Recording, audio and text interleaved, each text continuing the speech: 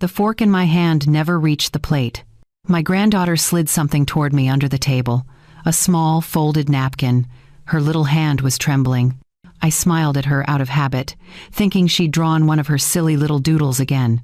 She was always leaving me notes with hearts and flowers, but when I unfolded it, my stomach dropped. "Grandma, pretend you're sick and get out now." For a moment, I couldn't breathe. I just stared at those words, written in shaky blue ink.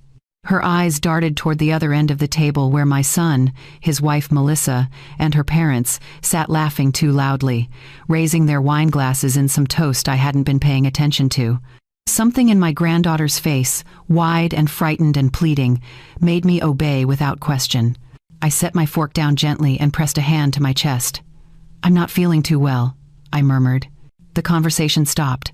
All eyes turned toward me. "Oh, Mom, really?" my son said with that tone. "You know the one. That tone of fake concern people use when they don't actually want to be bothered. It's Thanksgiving." His wife leaned closer to him, whispering something I couldn't quite hear, but I caught the smirk on her lips. "Before I continue, let me ask you something.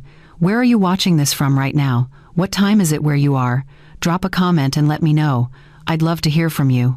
And if this story is already pulling you in, do me a favor and hit that like button, share it with someone who needs to hear it, and subscribe so you don't miss what happens next. Because trust me, what I'm about to tell you will make your blood boil and your heart race.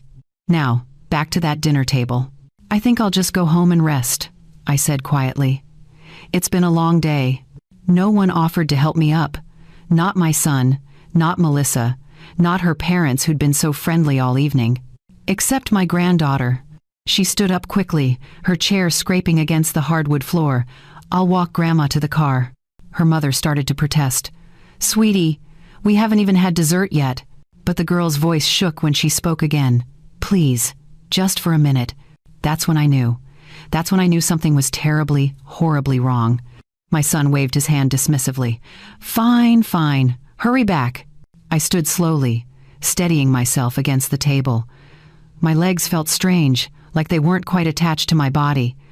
The room suddenly felt too warm, too bright, too loud. As I walked toward the door with my granddaughter's small hand gripping mine, I could feel their eyes on my back, watching, waiting. The night air hit me like a slap when we stepped off the porch. Cold, sharp, real. My granddaughter didn't let go of my hand. Her fingers were ice cold, and I could feel them shaking. "Grandma," she whispered, glancing back at the house to make sure no one had followed us. "They were talking about you before dinner." My heart started pounding. "What do you mean, sweetheart?" "They said after tonight, you wouldn't be living alone anymore." Her voice cracked. "They said they found papers, that you signed something about your house." I stopped walking right there by the mailbox. The streetlight above us flickered. "Papers?" I repeated. "What papers?" She nodded, tears starting to well up in her eyes. "They said you're forgetful now, that you don't know what you're doing anymore. But you're not forgetful, Grandma." "I know you're not." I stood there frozen, my breath coming out in little white clouds in the cold November air. And in that moment, standing under that flickering streetlight with my granddaughter crying beside me, a single thought pulsed through my mind like a drum. They'd done it. They'd actually done it. "Tell me everything," I said, my voice steadier than I felt. "What exactly did you hear?" My granddaughter wiped her eyes with the back of her hand. She looked so small standing there in her little cardigan, shivering in the cold. "I was in the hallway before dinner," she began. "I heard Dad and Mom talking in the kitchen with Grandpa Ron and Grandma Linda. They didn't know I was there." I nodded, encouraging her to continue. "Dad said something about a medical evaluation, that they already had it done. Mom laughed and said you didn't even know it happened." Her voice got quieter. "Then Grandpa Ron said the notary was coming after dessert, that once you signed the papers tonight, everything would be settled." My blood ran cold. A medical evaluation I didn't know about? A notary coming to my son's house? "Did they say what the papers were for?" I asked, though somewhere deep inside I already knew the answer. She nodded slowly. "Your house. They kept saying the property and the asset. Mom said once it was transferred, they could finally stop worrying about you being stubborn." Stubborn. That word hit me like a stone. I wasn't stubborn. I was independent. "There's a difference," And then, my granddaughter continued, her voice breaking again. Mom said something about a nice facility. She said you'd be happier there, that you wouldn't have to worry about anything anymore. A facility. They wanted to put me in a home and take my house. I looked back at the warm glow coming from the dining room windows. Inside, I could see shadows moving, laughing, celebrating, and I realized they were probably celebrating me, celebrating what they thought was already done. Sweetheart, I said gently, kneeling down to her level despite my aching knees. You did the right thing telling me. You probably just saved my life. She threw her arms around my neck, and I held her tight. This child, barely 10 years old, had more courage and loyalty than her own parents. As I drove home that night with her buckled in beside me, my mind raced backward through the past few weeks. Suddenly, everything made sense. The unexpected visits from my son, always with Melissa, always with that folder of papers they said were just routine insurance documents. The way they'd started talking slower to me, as if I couldn't understand basic sentences. The comments about my garden looking overwhelming and my house being too much to handle alone. I remembered last month when Melissa had insisted on coming with me to a doctor's appointment. I'd thought she was being kind, but the doctor had asked me strange questions that day. Questions about my memory, about whether I knew what year it was, whether I could count backward from 100. At the time, I'd laughed it off, answered everything correctly. The doctor had seemed satisfied, but now I understood. That wasn't a routine checkup. That was them building a case, documenting that I was evaluated, getting official records they could use against me. My hands tightened on the steering wheel. Grandma? My granddaughter's voice pulled me back. Are you okay? Yes, baby, I said softly. I'm okay. But I wasn't. Not really. Because sitting there in my car, driving down streets I'd known for 40 years, I realized something that made my chest ache. My own son. The boy I'd raised, the child I'd rocked to sleep and nursed through fevers and cheered for at every baseball game. He'd looked at me and seen nothing but dollar signs. He'd planned my future without asking me. He'd decided where I would live, what I would sign, what I would lose. They'd already decided what to do with me, while I was still alive. While I was still perfectly capable of making my own choices. And the worst part? They'd almost gotten away with it. If not for a 10-year-old girl with a napkin and a pen, I would have walked right into their trap. After I dropped my granddaughter back at the house, I drove home alone. The silence in the car felt heavy, but not uncomfortable. It was the kind of silence that comes before a decision. When I pulled into my driveway, I sat there for a moment, engine off, staring at the front porch light I'd left on that morning. This house. My house. I'd lived here for 40 years. 40 years of memories soaked into every wall, every floorboard, every corner of every room. I walked inside and stood in the entryway, really looking at it for the first time in months, maybe years. When you live somewhere that long, you stop seeing it. It just becomes background. But tonight, I saw everything. The small dent in the hallway wall where my son had crashed his bike indoors when he was 8. I'd been so angry that day. He'd cried and apologized, and I'd hugged him anyway, because that's what mothers do. The kitchen window above the sink where I used to stand washing dishes while my husband tinkered in the garage. I could still see him out there sometimes in my mind, humming off key, covered in grease, happy. We'd bought this house together when we were young and foolish and barely able to afford the down payment. It was smaller then, before we added the sunroom, before we finished the basement, before we turned it into the home we'd dreamed about on our wedding night. My husband had died 12 years ago. Heart attack. Sudden. One day he was here, the next he wasn't. For months after, I'd walk through these rooms and expect to see him, expect to hear his voice calling me from the backyard, or smell his coffee brewing in the morning. The grief had been unbearable, but I'd stayed. I'd kept the house. I'd paid off the mortgage with the life insurance money and my own savings. Every single payment had come from my hands, my work, my sacrifice. This wasn't just property. This was the place where I'd become a mother, where I'd buried my face in a pillow and cried after miscarriages, where I'd painted nurseries and stayed up all night with colicky babies, where I'd made birthday cakes and Halloween costumes and Christmas memories. I walked into my son's old bedroom. It was a guest room now, but if I closed my eyes, I could still see his posters on the walls, his trophies on the shelf, his messy clothes on the floor that I'd nagged him about 1,000 times. He used to tell me he loved me every night before bed. Even as a teenager, even when his friends thought it was uncool, he'd hug me and say, "Love you, Mom." When did that boy disappear? When did he start looking at me like I was a burden instead of his mother? I sat down on the edge of the guest bed, feeling the weight of it all pressing down on my shoulders. I remembered the first time Melissa had walked through this house after they got engaged.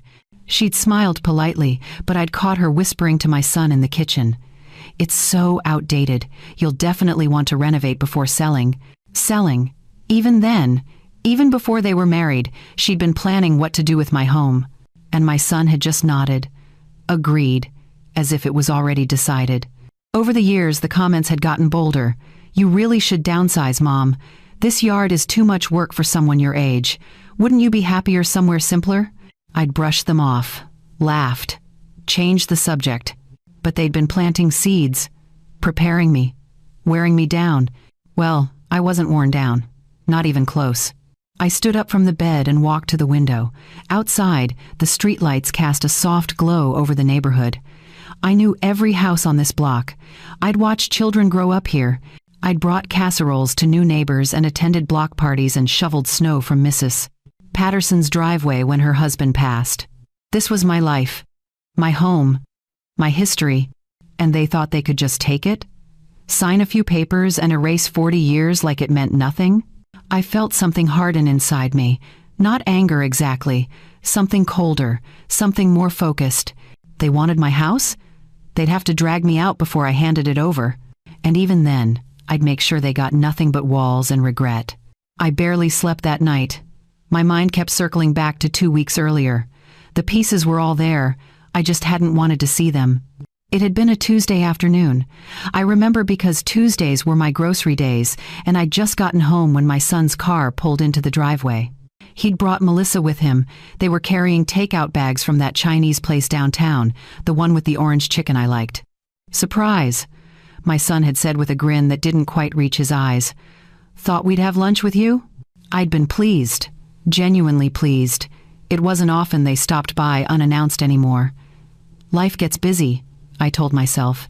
They have their own things to deal with. We'd sat at the kitchen table, the same one where I'd served them Thanksgiving dinner just hours ago, the same one where my granddaughter had slipped me that note.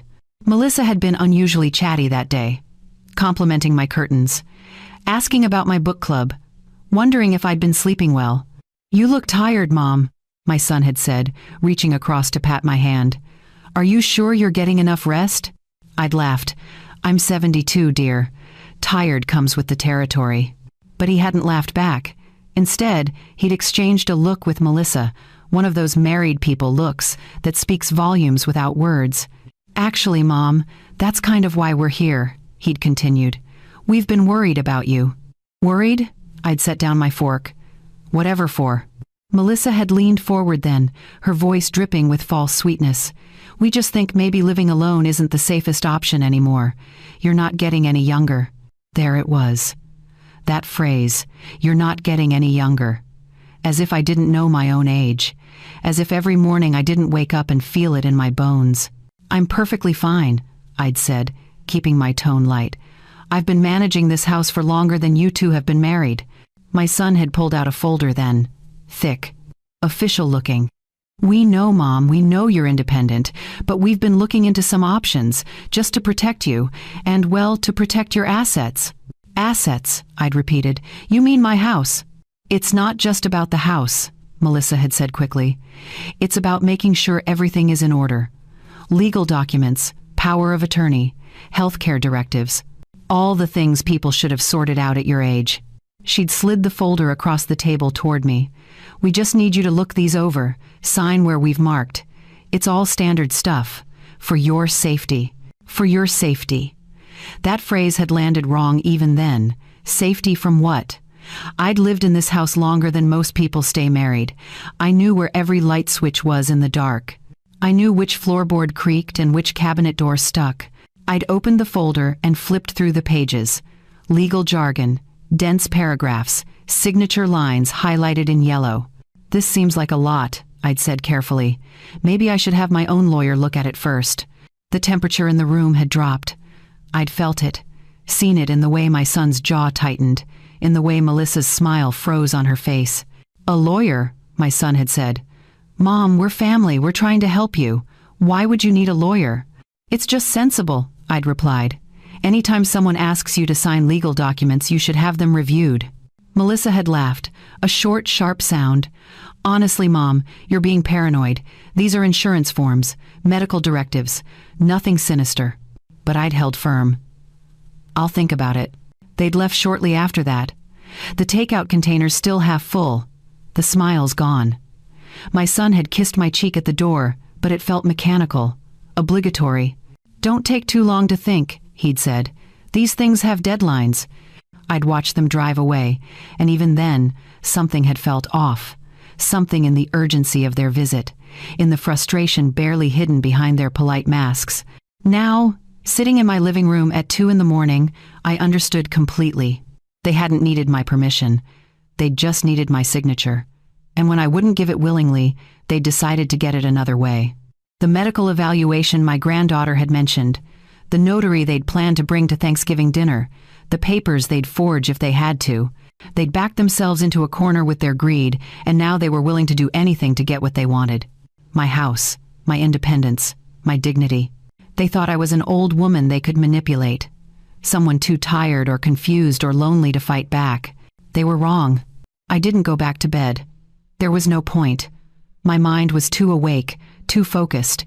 Instead, I made myself a pot of tea and sat at the kitchen table with a notepad. Old-fashioned, I know, but I've always thought better with a pen in my hand. I wrote down everything. Every visit. Every comment. Every time they'd tried to push those papers in front of me. Every strange question that doctor had asked during what I'd thought was a routine appointment.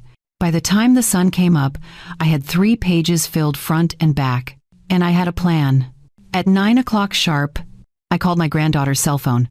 Her mother had given it to her last year, mostly so they could track where she was. But right now, I was grateful for it. "Grandma?" she answered, her voice quiet. She was probably at school. "Sweetheart, I need your help today. Can you tell your mother you're not feeling well, that you need to come stay with me?" There was a pause. Then, "Yes, I can do that." Smart girl. She didn't ask questions. She just trusted me. An hour later, she was sitting in my passenger seat as I drove downtown. She'd brought her backpack and told her mother she had a headache. Melissa hadn't even argued, probably relieved to have her out of the way. "Where are we going?" my granddaughter asked. "First, the bank," I said. "Then, to see a lawyer." Her eyes widened. "Really? Really?" The bank was quiet that morning. Mr. Peters, the branch manager, had known me for almost 20 years. He'd helped me refinance after my husband died. He'd been patient and kind when I'd sat in his office crying over paperwork I didn't understand. When I walked in with my granddaughter, he smiled and waved us toward his desk. "Mrs. Harrison," he said warmly, "good to see you. What can I help you with today?" I sat down and folded my hands in my lap. "I need to make some changes to my accounts. Security measures." His smile faded slightly. "Is everything all right?" "Not exactly," I said. "I have reason to believe someone may try to access my accounts without my permission. Family members." He nodded slowly, his expression serious now. "I see. That happens more often than you'd think, unfortunately. I want to add additional security, passwords, verification questions. And I want to make sure that no one, and I mean no one, can make changes or withdrawals without me physically being present with identification." Mr. Peters pulled out some forms. "We can absolutely do that.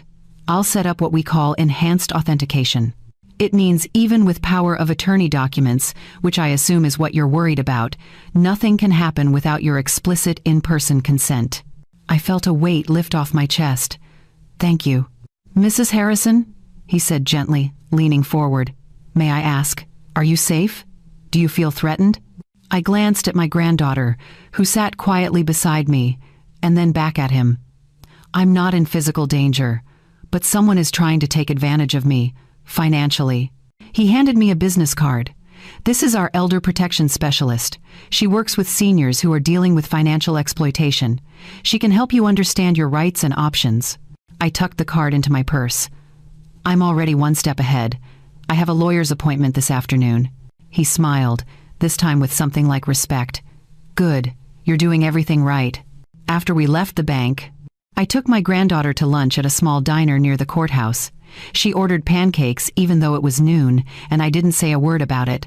Sometimes rules can be broken. Are you scared? She asked me between bites. A little, I admitted. But mostly I'm angry, and anger, when you use it right, can be powerful.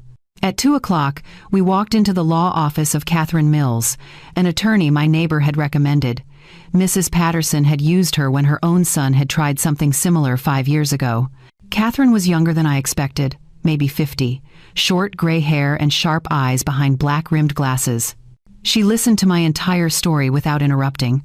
I showed her the notes I'd written, the timeline, the attempted documents. I told her about the medical evaluation I hadn't consented to, about the notary they'd planned to bring to Thanksgiving dinner. When I finished, she sat back in her chair and looked at me for a long moment. Mrs. Harrison, what you're describing is textbook elder financial abuse, possibly even attempted fraud if they forged your signature on anything. Can you help me? I asked. She smiled.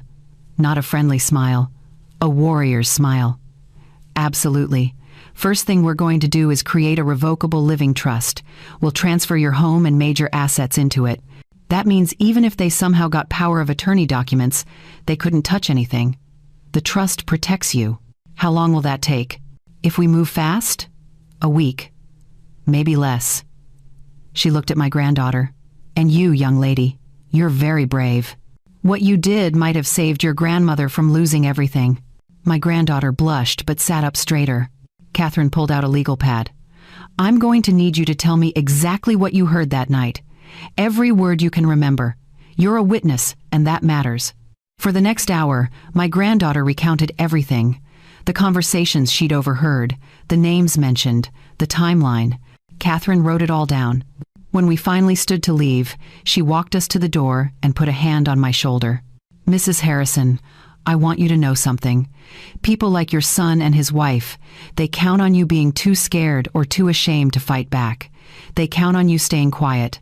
I'm done being quiet, I said. She grinned. Good, because we're going to make sure they never touch what's yours again. 3 days later, my phone rang. I was in the kitchen making dinner when I saw his name on the screen. I let it ring twice more before answering, steadying my voice. Hello? Mom. My son's voice was tight, strained.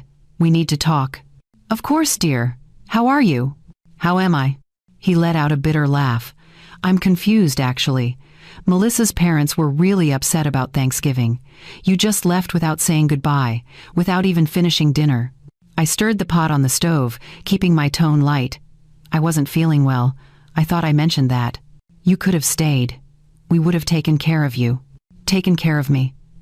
The irony wasn't lost on me. I'm fine now, I said. Just needed some rest. There was a pause. I could hear him breathing on the other end, frustrated, trying to find the right words. Listen, Mom, about the other thing, the paperwork we discussed. What paperwork? The documents. The ones we brought over a couple weeks ago. You said you'd think about it. I opened the fridge, pulled out some vegetables. Calm, steady. Oh, those, yes, I've been thinking. His tone shifted, became sharper, and I'm still considering my options. Mom, we don't have time for this. There it was, the impatience breaking through. These things have deadlines, legal windows. If we don't get this sorted out soon, it becomes much more complicated. Complicated for whom? I asked. Silence. For you, he said finally. For your protection, we're trying to help you. I wanted to laugh, to scream, to ask him when he'd stopped seeing me as his mother and started seeing me as a problem to solve. But I didn't. I kept my voice calm. I appreciate your concern. Do you? His voice rose slightly. Because honestly, Mom, it doesn't feel like it. We've been trying to help you for months, and you keep pushing back. It's like you don't trust us. Should I? The question slipped out before I could stop it. Another pause. Longer this time. What's that supposed to mean? Nothing, dear. I'm just tired. He sighed heavily. Look, the notary we had lined up for Thanksgiving, he's willing to come by your house this week, Wednesday afternoon. It'll take 20 minutes, tops. Just sign the papers, and we can all move forward. What exactly am I signing? We've been over this. Power of attorney, medical directives, property transfer into a family trust, standard stuff for someone your age. Someone your age. There it was again. And if I don't want to sign? His voice went cold. Then we'll have to pursue other options. Legal options. We already have the medical evaluation showing you're experiencing cognitive decline. We have documented evidence of forgetfulness and poor judgment. If you won't do this voluntarily, we can have you declared incompetent. My hand tightened around the phone. There it was. The threat laid bare. But instead of fear, I felt something else. Clarity. Certainty. I see, I said quietly. Mom, we don't want it to come to that. Just sign the papers. Make this easy. Who's the lawyer helping you with this? I asked. You mentioned Melissa's cousin? Yeah, Richard. He specializes in elder law. He says this is the best way to protect your assets from nursing home costs down the line. Nursing home costs. They'd already decided where I'd end up. Well, I said, injecting a note of resignation into my voice. I suppose you're right. I have been feeling forgetful lately. I could practically hear him relax on the other end. See, that's good, Mom. That's really good. So, Wednesday works? Let me check my calendar and call you back. Don't take too long. Richard says the window for doing this voluntarily closes soon. I understand. Good. His voice warmed slightly, taking on that false affection again. I'm glad you finally understand. We're doing this because we love you. I looked out the window at the garden I'd planted, the trees I'd watched grow, the home I'd built. Yes, I said softly. I understand perfectly. After I hung up, I stood there for a moment, phone still in my hand. Then I called Catherine Mills. They're planning to come Wednesday, I told her, with forged documents and threats. Perfect, she said. By Wednesday, your trust will be filed and recorded. Let them come. Let them try. They didn't wait until Wednesday. On Monday afternoon, I heard a car door slam in my driveway. I looked out the window and saw my son's silver sedan, him and Melissa, both wearing business casual clothes. She was carrying that same thick folder. They were coming to ambush me, to catch me off guard. I almost smiled. I opened the door before they could knock. This is a surprise. My son looked uncomfortable. Hey, Mom. We were in the neighborhood and thought we'd stop by. Save you a trip on Wednesday. How thoughtful, I said, stepping aside. Come in. They walked past me into the living room. Melissa set her purse and the folder on the coffee table with a soft thud. We brought the documents, she said brightly. Richard looked everything over. All you need to do is sign an initial in a few places and we're all set. Would you like some tea? I asked. My son waved his hand. We're fine, Mom. Let's just get this done. I sat down in my armchair, the one my husband used to read the newspaper in every Sunday morning. They sat on the couch across from me, the coffee table between us like a battlefield. Melissa opened the folder and spread several documents out in front of me. Pages and pages of legal text, signature lines marked with little colored tabs. This one is the power of attorney, she explained, pointing. This gives us authority to handle your finances and make medical decisions if you're unable to. And this one, my son continued, sliding another document forward, transfers the house into a family trust for estate planning purposes, to avoid probate. I picked up the first document and pretended to read it. Let them think I was considering it. It's a lot to take in, I said slowly. We know, Melissa said, her voice syrupy. That's why we're here to help, to explain anything you don't understand. I set the papers down and looked at them both, really looked at them, my son avoiding eye contact, Melissa with that practiced smile. Before I sign anything, I said, I have a question. Of course, my son said. When were you planning to tell me about the medical evaluation? His face went pale. What medical evaluation? Melissa said quickly, but her voice was too high, too defensive. The one you arranged without my knowledge. The one where the doctor asked me all those questions about my memory, my cognitive function. I leaned forward slightly. The one you're planning to use to prove I'm incompetent if I don't sign these papers willingly. The silence in the room was deafening. Mom, I don't know what you're talking about, my son started, but I held up my hand. Please don't insult my intelligence. Melissa's smile disappeared. Look, we were just trying to be thorough, to make sure you were okay. To build a case against me, you mean? My son stood up. This is ridiculous. We're trying to help you, and you're acting paranoid. Sit down, I said quietly. Something in my tone made him pause, made him sit back down. I reached beside my chair and pulled out my own folder, thicker than theirs. I set it on the coffee table between us. What's that? Melissa asked.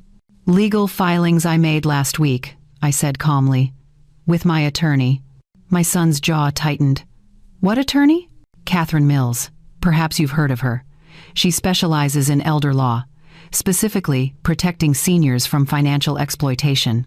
I opened the folder and slid a document toward them. This is a revocable living trust. My house, my savings, my assets, they're all protected now. Even if you somehow manage to get power of attorney, you can't touch any of it. Melissa snatched up the document, her eyes scanning frantically. You can't do this without consulting us. Actually, I can. It's my property, my money, my life. But we're family, my son said, his voice cracking slightly. Family doesn't forge signatures, I replied. Family doesn't try to have their mother declared incompetent so they can steal her home. We weren't stealing anything, Melissa snapped. We were protecting your assets. I pulled out another paper. This is interesting. It's a report from a handwriting analyst. She compared the signatures you submitted to the county last month with my actual signature. My son's face went from pale to gray. Turns out they don't match, I continued, which means you attempted fraud, forgery, both of which are crimes. We didn't forge anything, Melissa said, but her hands were shaking now. Then explain how documents with my supposed signature were filed at the county recorder's office when I never signed them, when I never even saw them. They looked at each other. Trapped. My attorney has copies of everything, I said. The forged documents, the medical evaluation I didn't consent to, the timeline of your visits and attempts to manipulate me. I paused. And she has a witness statement from someone who overheard you planning all of this. Who? My son demanded. I didn't answer, didn't need to. Melissa stood abruptly. This is insane. We were trying to help you. Help yourselves, maybe. I stood too, walked to the door and opened it. I think it's time for you to leave. Mom, my son said, his voice pleading now. Don't do this. We can work something out. We could have, I said. If you'd asked instead of plotted, if you'd treated me like a person instead of an obstacle. Melissa grabbed her purse and stormed toward the door. My son followed more slowly, looking back at me with something between anger and desperation. At the doorway, he stopped. You're making a mistake. No, I said quietly. You made the mistake. You should have known better than to underestimate me. They left without another word. The door closed behind them with a soft click. I stood there for a moment, listening to their car start and pull away. Then I walked back to my chair, sat down, and let out a long, slow breath. It was done. The house felt different after they left. Quieter, but not in a lonely way. In a peaceful way. I called my granddaughter that evening and asked if she could come stay the night. Her mother agreed without hesitation, probably relieved to have her out of the house while they dealt with their humiliation. When she arrived with her overnight bag, I had hot cocoa waiting on the stove, the kind with real milk and melted chocolate, not the powder from a packet. We sat at the kitchen table, steam rising from our mugs. Did they come? She asked. They came. What happened? I reached across and squeezed her hand. You saved me. That's what happened. Everything I was able to do, I did because you warned me that night. She looked down at her cocoa. I was so scared.